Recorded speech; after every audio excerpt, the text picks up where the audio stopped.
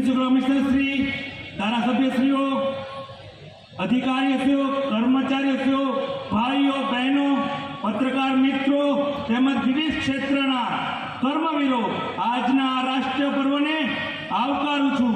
વધુ પારસી નૂતન વર્ષના વિશેષ અવસર પર સમસ્ત પારસી પરિવારના મારા નવરોજ મુબારક।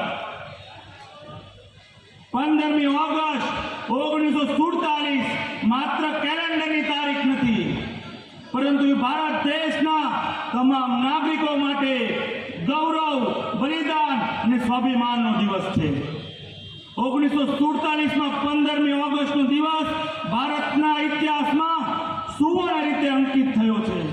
આ દિવસ ભારતના બ્રિટિશ શાસનમાંથી આઝાદી મળી હતી। આ એક કઠિન અને લાંબો સંઘર્ષ હતો, જેમાં ઘણા સ્વાતંત્ર્ય સેનાનીઓ અને મહાપુરુષે આપણી આ વહાલી માતૃભૂમિ માટે પોતાનું જીવન બલિદાન આપ્યું હતું। આજનો આ દિવસ આપણા સૌ માટે ધન્યની ઘડીની ઝાંખી પ્રસ્તુત કરે છે। આપણા શહીદો અને લડવૈયાનો અથાગ પરિશ્રમ અને બલિદાનના કારણે આપણે આ સૌભાગ્ય પ્રાપ્ત થયું છે। મહાત્મા ગાંધીજીની અહિંસક નીતિ, નેતાજી સુભાષચંદ્ર બોઝની સાહસિકતા, સરદાર વલ્લભભાઈ પટેલ સાહેબની મક્કમતા, વીર ભગતસિંહની કુરબાની અને એક હિન્દુસ્તાનીનો અડગ જુસ્સો આપણી આઝાદીના સ્તંભો છે। આપણા દેશની અંદર કેટલું મોટું સામર્થ્ય છે, આ એક તિરંગાએ ઝંડાએ પુરવાર કર્યું છે। વિશ્વના દરેક ખૂણામાં આપણો તિરંગો આન બાન શાનથી લહેરાવાય છે। મિત્રો, આજે આ તિરંગાની છાયામાં ઊભા છીએ। એ તિરંગાનો સૌથી ઉપરનો દેખાતો કેસરી રંગ દેશની તાકાત અને સાહસનું પ્રતીક છે।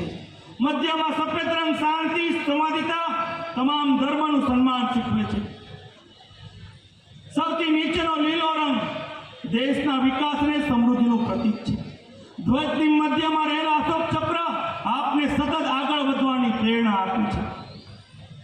ભારતના સંરક્ષણ ઇતિહાસના નિર્ણાયક અને યાદગાર પ્રકરણમાં ઓપરેશન સિંદૂર અને ઓપરેશન મહાદેવની ઐતિહાસિક સફળતા માટે દાખવેલ અસીમ શૌર્ય અને પરાક્રમ માટે ભારતીય સેના તેમજ સશસ્ત્ર બળો સાહસિક નિર્ણાયક નેતૃત્વ બદલ યશસ્વી વડાપ્રધાન નરેન્દ્રભાઈ મોદી સાહેબને હું આ મંચ ઉપરથી તમામ સુરતીઓ વતી ખૂબ ખૂબ અભિનંદન પાઠવું છું।